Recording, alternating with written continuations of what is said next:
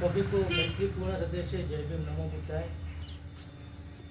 आज गुजरात के सुरेंद्रनगर जिले के एक छोटे से गांव मोटांग के वाले जहां करुणामूर्ति बुद्ध विहार है, वहां उत्तर प्रदेश कुशीनगर जहां महाकावणिक तथा गौतम बुद्ध का महापरिनिर्वाण हुआ था, उसके बिल्कुल करीब 400 मीटर की दूरी पर ही बनते विनय कीर्ति का भीम ज्योति बौद्ध विहार है। तो उत्तर प्रदेश से वो हमारे बीच यहाँ आए हैं, तो मैं उनको वंदन करता हूँ, अभिवादन करता हूँ और उनकी अनुमति से दो बात रखना चाहता हूँ। तो महान विचारकों, समाज सुधारकों और मानवतावादियों की एक सूची तैयार की गई है,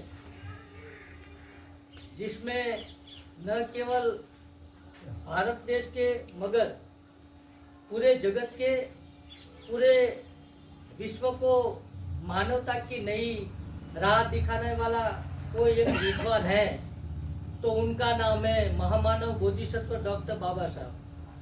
और हाल ही में किया गया ऑक्सफोर्ड यूनिवर्सिटी में जो वैश्विक सर्वे किया गया है, दी मेकर्स ऑफ द यूनिवर्स, उसमें डॉक्टर बाबा साहब का क्रम इस जगत में चौथा है। तो वो डॉक्टर बाबा साहब का न केवल सम्मान है, मगर उनकी विद्वता और समाज का जो उन्होंने योगदान किया है समाज उत्थान के लिए, जगत भर के लिए, उनका प्रमाण भी है। तो ऐसे महामानव ने हमको कहा कि जगत भर में जितने भी धर्म हैं, उन सभी धर्मों में अगर मानव हित के लिए सबसे अच्छा धर्म कोई है, तो वो तथागत गौतम बुद्ध का बौद्ध धर्म है। तो इस बात को मानते हुए हम सब बौद्ध धर्म की और डॉक्टर बाबा साहब की बताए हुए राह पर चलकर जब भी भारत से या अगर कहीं से भी बौद्ध भिक्षु या उपासक आते हैं, तो हम करुणामूर्ति बुद्ध विहार में उसका स्वागत करता हूँ। तो मैं बनते विनय कीर्ति का भी स्वागत करता हूँ और मैं उनसे आग्रह करता हूँ, विनती करता हूँ कि वो अपनी बात रखें। सभी को मैत्रीपूर्ण हृदय जय भीम।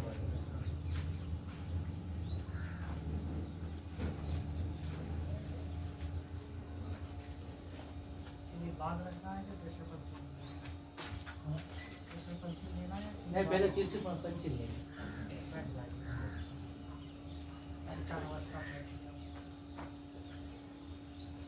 यहाँ आप आ जाइए।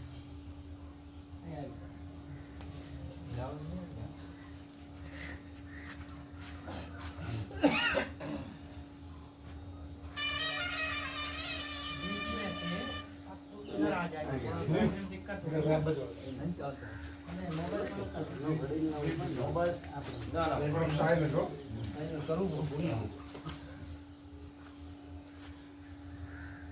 पंचांगवस्था में नमस्कार देखते हैं, कर देते उस तरह से पैर मोड़ करके नहीं नमस्कार कीजिए, उसके बाद बैठिए। हाँ, इस समय मोबाइल नहीं मिला,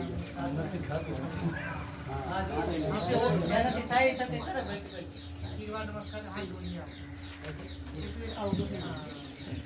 आप पैसो है मामन के ये तो जेल में खाए ये करे नमस्कार नमस्कार सारी चीज खाए ये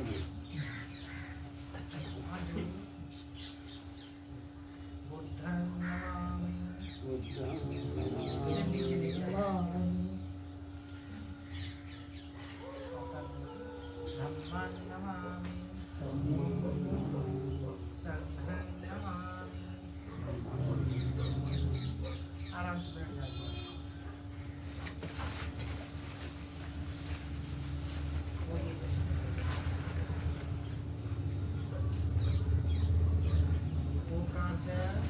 अहं भन्ते हम बनते ये शरणं से तिसरणं स पंचशीलं पंचशीलं धम्मं याचामि याचामि अनुग्रह कृत्वा शीलं शीलं वेद नैवन्ते द्वितीयम्पि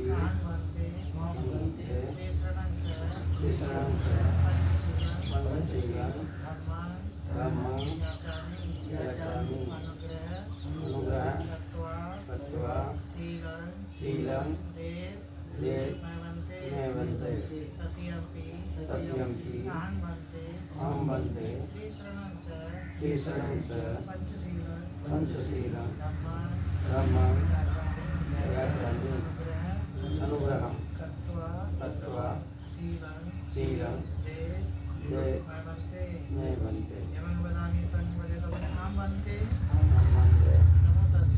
नमो तस्से भगवतो अरहतो सम्मा सम्बुद्धस्स नमो तस्से भगवतो अरहतो सम्मा सम्बुद्धस्स नमो तस्से भगवतो अरहतो सम्मा सम्बुद्धस्स बुद्धं शरणं गच्छामि धम्मं शरणं गच्छामि संघं शरणं गच्छामि द्वितीयम्पि बुद्धं शरणं गच्छामि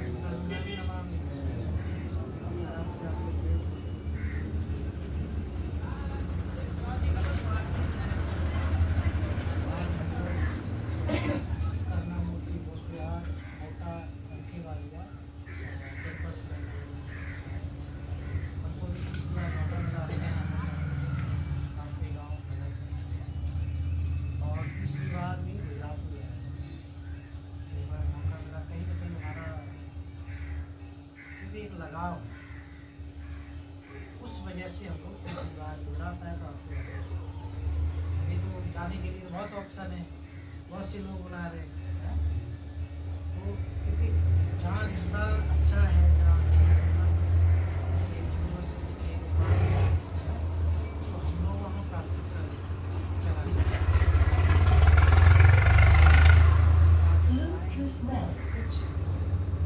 क्योंकि समय को भी ध्यान रखना चाहिए।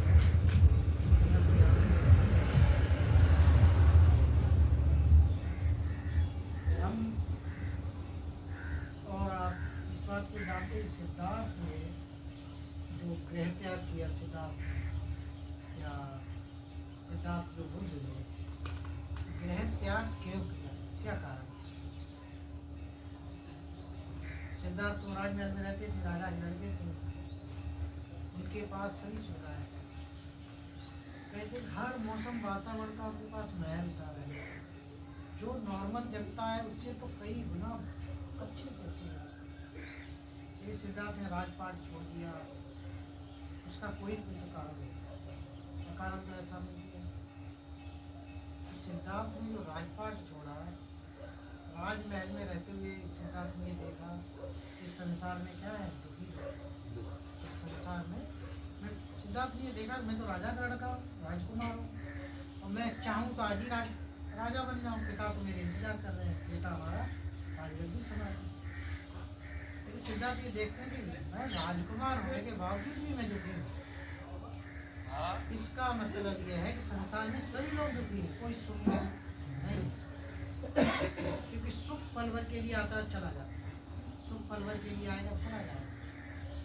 आज के समय में या उससे पहले भी या आगे भी सभी लोग दुखी हैं, दुखी रहेंगे। और सुख जो होता है पल भर के लिए आता है, चला जाता है, दुख हर समय बना रहता है। सिद्धार्थ ने देखा राजमहल में कि मैं राजा का लड़का होने के बावजूद मैं दुखी हूँ। उन्होंने ये सोचा कि ये सही है कि दुख है तो आखिरकार क्यों है, इसका कोई तो कारण होगा। मानो जो फैन चल रहा है, पंखा चल रहा है, उसमें लाइट का कनेक्शन नहीं दे रहा है, उसमें कारण है क्या? बिना कारण के फैन पंखा नहीं चल रहा। कुछ मोबाइल है, इसकी बैटरी डिस्चार्ज होगी तो मोबाइल नहीं चला सकते, कुछ तो कनेक्शन देना पड़ेगा। सिद्धार्थ ने राजमहल में ये देखा कि नहीं, ये सही है कि संसार में सभी लोग दुखी हैं, मैं दुखी तो सब दुखी। फिर उन्होंने घर बार जो छोड़ने का निर्णय लिया वो इसलिए उन्होंने लिया कि संसार में सभी लोग दुखी, तो इसका कोई न कोई कारण है। तो इस कारण को हम खोजने के लिए राजमहल में खोज नहीं सकते, राजपाट राजमहल में रहते हुए इस कारण को हम खोज नहीं सकते। सिद्धार्थ ने एक बार तय किया कि मुझे घर बार छोड़ना। उनकी पत्नी जो थी यशोधरा, उनको भी पता था, सिद्धार्थ ने उनको भी बात शेयर की। ऐसा नहीं है कि सिद्धार्थ यशोधरा की बिना अनुमति के घर बार छोड़ दिया। कवियों ने बहुत सी कविताएं लिखी, वो ठीक है, लेकिन सिद्धार्थ ने यशोधरा को बताया था कि मुझे सिद्धार्थ ने जिस रात घर छोड़ा उस रात बताया नहीं।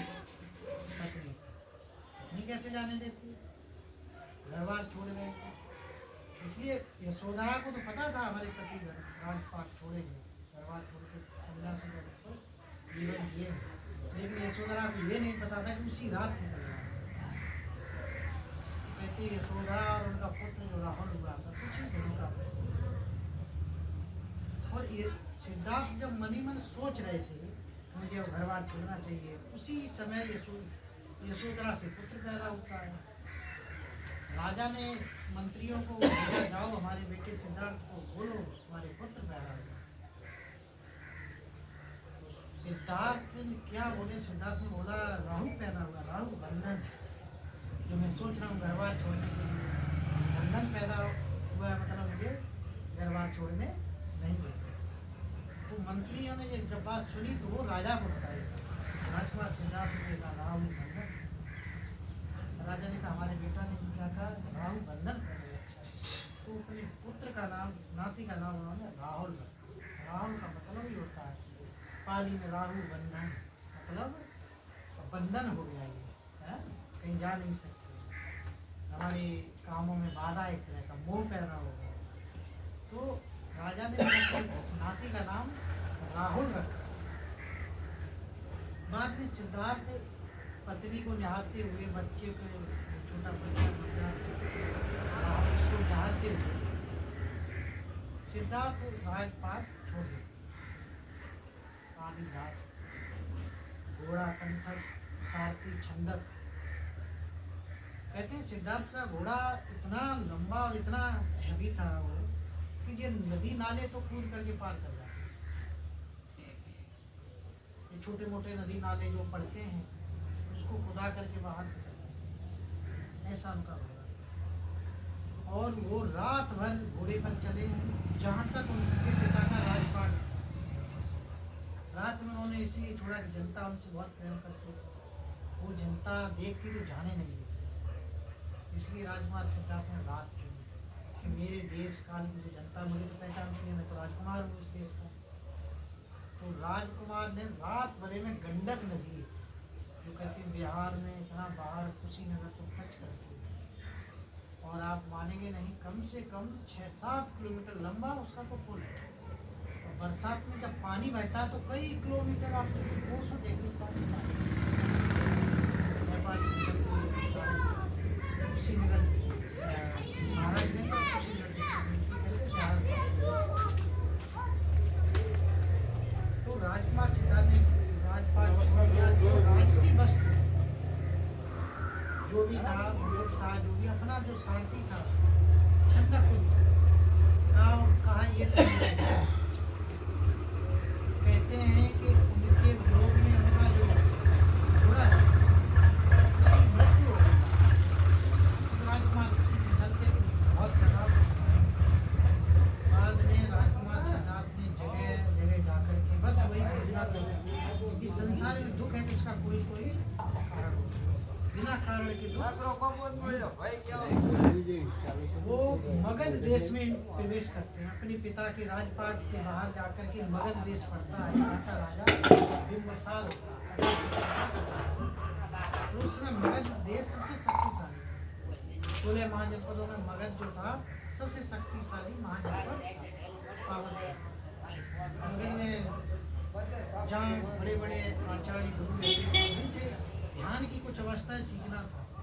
सिद्धार्थ गए, किसी के यहाँ 2 दिन गए, वहाँ सीख लिए, पूछा कुछ और भी है सीखने के लिए, नहीं बस इतना ही। फिर किसी और के यहाँ गए तो 4 स्टेप सीखा, फिर किसी के यहाँ और गए तो 6 भी अवस्था ध्यान की सीख लिए। अलार का अलम हुए, अलग का पगुल्ली हुए, ये उनके जिनसे उनको सीखा। कुछ और भी लोग हुए। बाद में सिद्धार्थ क्या करते हैं कि सीख लेते तो कुछ मिलता नहीं है, खोजते हैं, देखते हैं कुछ और वो कहीं ज्ञान मिले, लेकिन संतुष्ट नहीं। फिर वो जाते हैं वर्तमान में बोध गया, और उस समय उसको उरुवेला निरंजना नदी के तट पर, जो फल्गु और निरंजना नदी की बोध गया के बहुत किनारे, बोध गया को टच करते हुए भगवान ने जाना। भगवान उस जगह जाते हैं, सिद्धार्थ उस जगह जाते हैं जहाँ पर खूब सन्यासी रहते हैं, तो ध्यानी लोग हैं। सिद्धार्थ वहाँ पर ध्यान करते हैं। सिद्धार्थ के पास 5 मित्र और आ जाते हैं, कपिल वस्तु के पुरोहितों के लड़के और नाना भद्दी, 5 मित्र असिजीत नाना और भद्दी, 5 मित्र जो रहते हैं वो भी रहते हैं, क्योंकि सिद्धार्थ राजा के लड़के रहते हैं, वो सेवा करते हैं। कभी नाम के गांव नगर से लाए, बहुत दूर गांव होते, कहीं पानी, जो जरूरत की चीजें थी वो सब लेकर के सिद्धार्थ के लिए। एक समय ऐसा आता है कि सिद्धार्थ के मन में विचार आता है। वो 5 प्लानिंग ये करते हैं कि भाई हम लोग देखते शरीर को सुखाते हैं, पानी पिएंगे ना, खाना खाएंगे, देखिए उससे कुछ मिलता है, ज्ञान उससे कुछ मिलता है नहीं। देखिए सिद्धार्थ एक बार लीला में ध्यान में बैठे हैं, और ध्यान में बैठे तो लीला की आवाज़ सुनते, दूर गांव जिसका नाम था सेनानी गांव, नदी पार करके, नदी के इस तरफ ये लोग रहते हैं, नदी पार करके सेनानी गांव जो सुजाता का गांव है, सुजाता जो ग्वाला की लड़की होती है, उसके यहाँ गाना बजाना होता है, बीड़ा बजता है। ध्यान में सिद्धार्थ सुनते हैं, बीड़ा की आवाज़ कभी बहुत मधुर आती है, कभी आवाज़ ही नहीं आती है, कभी आवाज़ आती है तो कोई सुर नहीं। सिद्धार्थ समझते कि बीड़ा की जो डोरी है वो बहुत अच्छा मिडिल में बना है, जब बहुत टाइट है ना बहुत ढीला, अच्छी आवाज़ है। और देखते हैं कि इसकी डोरी ढीली हो जाती है तो इसकी कोई आवाज़ नहीं है, और ये ध्यान में देख रहे हैं कि इसकी डोरी बहुत टाइट है, टूट जाती है तो कोई आवाज़ नहीं आती। सिद्धार्थ ये मन में ये कि हमको इससे सीखना चाहिए बीड़ा से, कि हम यदि भोजन का अन्न का त्याग करेंगे तो शरीर को छोड़ देंगे, मृत्यु हो जाए। उसी बीड़ा की तरह जैसे धागा टूट गया, आवाज़ होता। अगले दिन सुजाता की जो मन्नत थी उसने मांगा था कि मेरा पुत्र पैदा होगा तो मैं किस वृक्ष पे, आज भी आप देखेंगे हमारे यूपी में होता है, पीपल का, बरगद का पेड़ पर क्या क्या मन्नतें मांगते हैं। सिद्धार्थ के मन में था मेरे पुत्र पैदा होगा, बहुत दिनों से पुत्र पैदा नहीं हुआ। तो उसके पुत्र पैदा हुआ तो उसकी वो तैयारी की अगले शाम को गाना बजाना, सुबह तैयारी। तो वहाँ उसने अपनी दासियों को जो नौकरानी थी उनको भेजा, जाओ वहाँ साफ सफाई करके वहाँ उस हम वृक्ष देवता को क्या करेंगे, भोजन 1000 गाय के दूध की खीर पका के 1000 गायों का दूध डुबवाया, 100 गायों को पिला दिया, 100 का पिलाया, 100 गायों का दूध निकाल के 10 को पिला दिया, 10 गाय का दूध 1 को पिलाया। उस तरह से कई दिन का प्रोसेस करके उसने इस तरह से खीर पकाई। ग्वाला की लड़की थी, उसके यहाँ गाय कभी नहीं, उस खीर को उसने बट वृक्ष जो था वहाँ निकली बड़े विधि विधान से। देखती है वहाँ सच में भगवान बैठे हैं। सिद्धार्थ की जो काया थी वो कहते हैं कि मुझे लगता है कि भगवान का भी निर्माण किया गया होगा तो सिद्धार्थ की काया कोई देख करके बनाया गया। और वर्तमान में जो मूर्तियाँ हैं, जो भगवान का जो जन्म हुआ, जो आजकल पूजते हैं देवी देवता, 200 वर्ष से ज़्यादा पुरानी कल्पना है। जो मूर्तियाँ जो आजकल पूज रहे हैं इधर उधर, कौन वर्मा करके थे, राजा कोई वर्मा करके थे, उन्होंने ये इसको पैदा किया 19वीं या 18वीं शताब्दी। तो उसके बाद क्या होता है कि वो भोजन लेके आती है। सच में भगवान जब सिद्धार्थ बैठे होते हैं, राजा के लड़के 32 महापुरुषों से दक्षिण से घिरे हुए और गोल्ड भी फीका हो जाए ऐसा कलर, वो देखती है बहुत खुश होती है कि साक्षात हमारे भगवान देवता बैठे। तो भगवान को सिद्धार्थ को भोजन परोसती है और वो भोजन परोसती है। वो ये कहती है जिस तरह से मेरी मन्नत मेरी कामना उसी तरह से आप और जिस उद्देश्य सिद्धार्थ निरंजना नदी की धारा में जाते हैं, पानी बहता है, उसी में जो पात्र भोजन करते हैं, किसी कहते हैं 49 कौर भोजन करते हैं, 49 बहुत भूखे रहते हैं। और वो रात को ही निर्णय चेंज कर लेते हैं कि मुझे भोजन मिलेगा तो मैं भोजन जरूर करूँगा। तो 49 पीस वो भोजन करते हैं, मतलब 7 सप्ते 49 दिन में 7 सप्ते 49 पीस, और फिर नदी में जाते हैं। कहते हैं वो पात्र जो बर्तन होता है वो छोड़ते नदी में और वो अतिष्ठान लेते नदी में धारा में। कहते हैं कि ये पात्र नदी की धारा के विपरीत बहता है तो मैं अपने उद्देश्य में सफल हो जाऊंगा। ये धारा के साथ बहता हुआ चला जा रहा है। कहते हैं पात्र जैसे छोड़ा धारा से 10-20 फीट धारा के विपरीत बहा, फिर धारा के साथ बहता हुआ चला। सिद्धार्थ के मन में पक्का हो गया कि मैं अपने उद्देश्य में सफल। फिर कहते ये 7 सप्ते बाद सिद्धार्थ को क्या होता है, वहाँ जब उन्होंने खीर खाई तो जो 5 मित्र थे अश्विन मानव कौंडिन भगवती, 5 नाराज होते चले गए। सिद्धार्थ से नाराज बोले ये तो धर्म भ्रष्ट है, बोलता था पानी भी नहीं पीना, खाना भी नहीं खाना, शरीर सुखाओ, ये तो खुद खा लिया। तो 5 और मित्र नाराज होके सिद्धार्थ को छोड़ के वहाँ से और लीला से वो चले गए। भगवान सिद्धार्थ ने भोजन किया और भोजन के बाद उन्होंने ध्यान रखा उस जगह जहाँ बोलेगा टेम्पल परिसर। कहते हैं कि 7 जगह निग्रोध वृक्ष है, कहीं कोई वृक्ष है, कोई वट वृक्ष है आसपास में। लास्ट में महाबोधि टेम्पल के पीछे जो बौद्ध वृक्ष है पीपल का पेड़, वही उसी परिसर के लास्ट सप्ताह भगवान सिद्धार्थ ने भगवान के वचन बताए। कहते हैं वहाँ उनको परम ज्ञान की प्राप्ति हुई। 7वें सप्ताह परम ज्ञान उनको क्या मिला, उन्होंने जो घर छोड़ा था वो उद्देश्य मिला कि संसार में दुखी दुखे तो दुख का कारण मिला, उसका निवारण मिला और उसका मार्ग, कारण निवारण और उसका मार्ग। इस संसार में लोग दुखी है तो क्यों है, इसका कारण मिला, उसका निवारण, उसका मार्ग, उसका रास्ता, उस पर चलेंगे तो हम मुक्त हो जाएंगे। क्या मिला, 4 आसन मिले, 8 अष्टांग योग मिला, बस परम ज्ञान हो। तब उस ज्ञान का या उस अमृत का आनंद सिद्धार्थ बुद्ध हो गए, स्वयं बुद्ध हो गए आराम से। 15 दिन हो गए। ऐसा कहते हैं कि अब उनके मन में विचार आ रहा है, बार बार सोचते हैं समाज में देशना करने के लिए न जाऊं, ऐसा भी सोचते हैं, लेकिन मन में बार बार वही दैविक जो शक्तियां का मतलब मन में एक होता है मार और एक होता है कहते हैं मार और देवता, दो शब्दों का बहुत जिक्र। मार का मतलब होता है मन में नेगेटिव विचार आना, और देवता का मतलब होता है मन में पॉजिटिव विचार।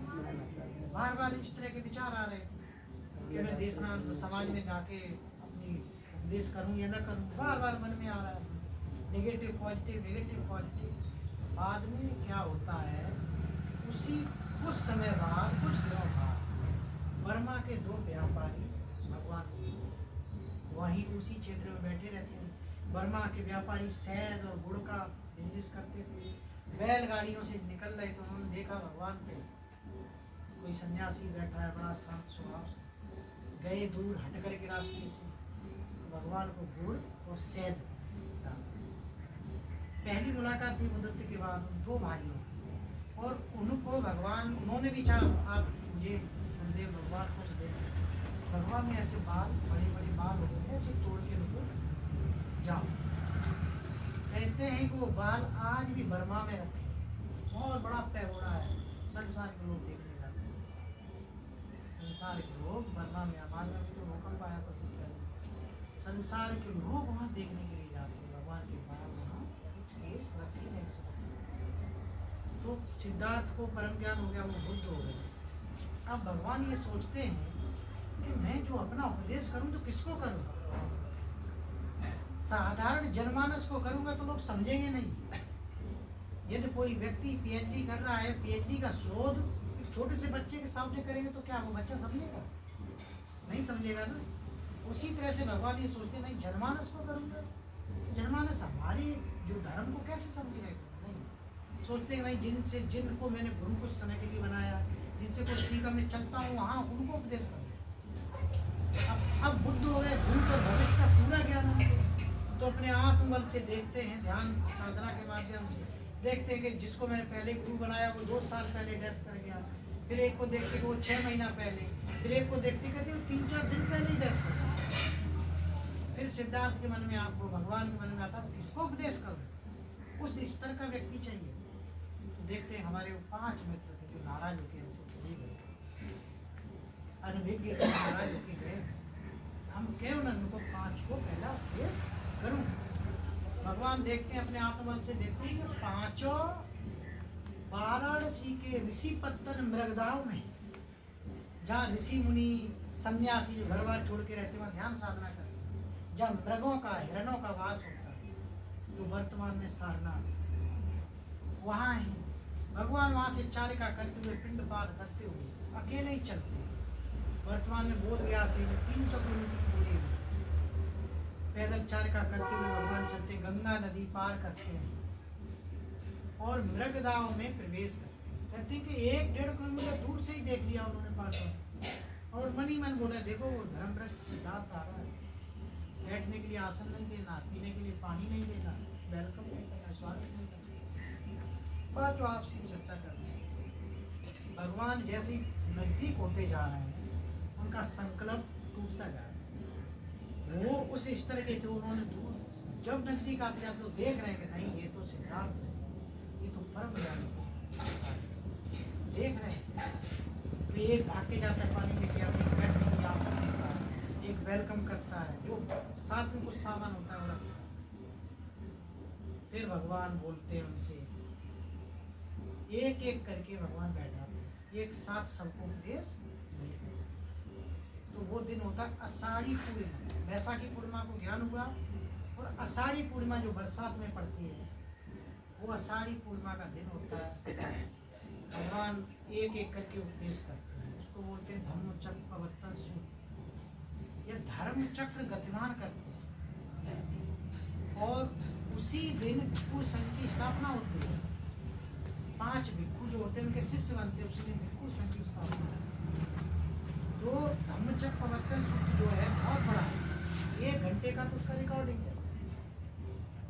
एवं में सुतन एकं समयं भगवा वाराणसी विहरते सिपतने मेरुदाय तत्र को भगवा। एक समय की बात है, भगवान वाराणसी के सिपतन में रहते। भगवान ने पंचगति 5 के ग्रुप के भिक्षुओं को, साधुओं को बुलाया, आओ मुझे सुनो, मैं क्या करूँ। भगवान ने क्या कहा? जाति की दुख का। भगवान ने कहा जन्म लेना ही संसार का दुख का कारण है, जरा भी दुख का, पूरा होना दुख का कारण है, व्याधि की दुख को, बीमार होना दुख का कारण है, अब क्यों ही दुख को, अपने का वियोग होना ही दुख का कारण है, विप्प योगो ही दुख को, जिसको आप पसंद नहीं करते, नफरत करते, व्यवहार करते, उसका पास आना भी दुख का कारण है। अपना कितना दुख होता है, दुश्मन कोई नजदीक आता है। फिर भगवान ने कहा पंचपादान खंडा हमारा पांच सिंहों से बना क्या है? दुख का कारण है। धर्मचक्र सूत्र बहुत बड़ा है, ये 100 भगवान ने एक एक करके पांचों को उपदेश किया, फिर एक साथ पांचों को बैठाया। पूर्णिमा पूर्ण चांद खिला हुआ है, खुले में भगवान ने उपदेश किया। पांचों भगवान के पहले शिष्य हैं। और भगवान ने पहला वर्षावास वहीं किया सारनाथ में, फर्स्ट वर्षा, पांचों के साथ 3 महीना बहुत अच्छे से उन्होंने सिखाया। फिर भगवान ने क्या कहा? चरत भिक्षु के चरत भिक्षु चारिका भोजन हिताय भिक्षु चलो चारिका करो, भोजन हिताय भोजन सुखाय, बहुत से लोगों के हित के लिए, बहुत से जनमानस के सुख के लिए, लोकानुकंपा, लोक पर इस संसार का अनुकंपा करो, एक दिशा में मत जाओ, चारों दिशा में जाओ।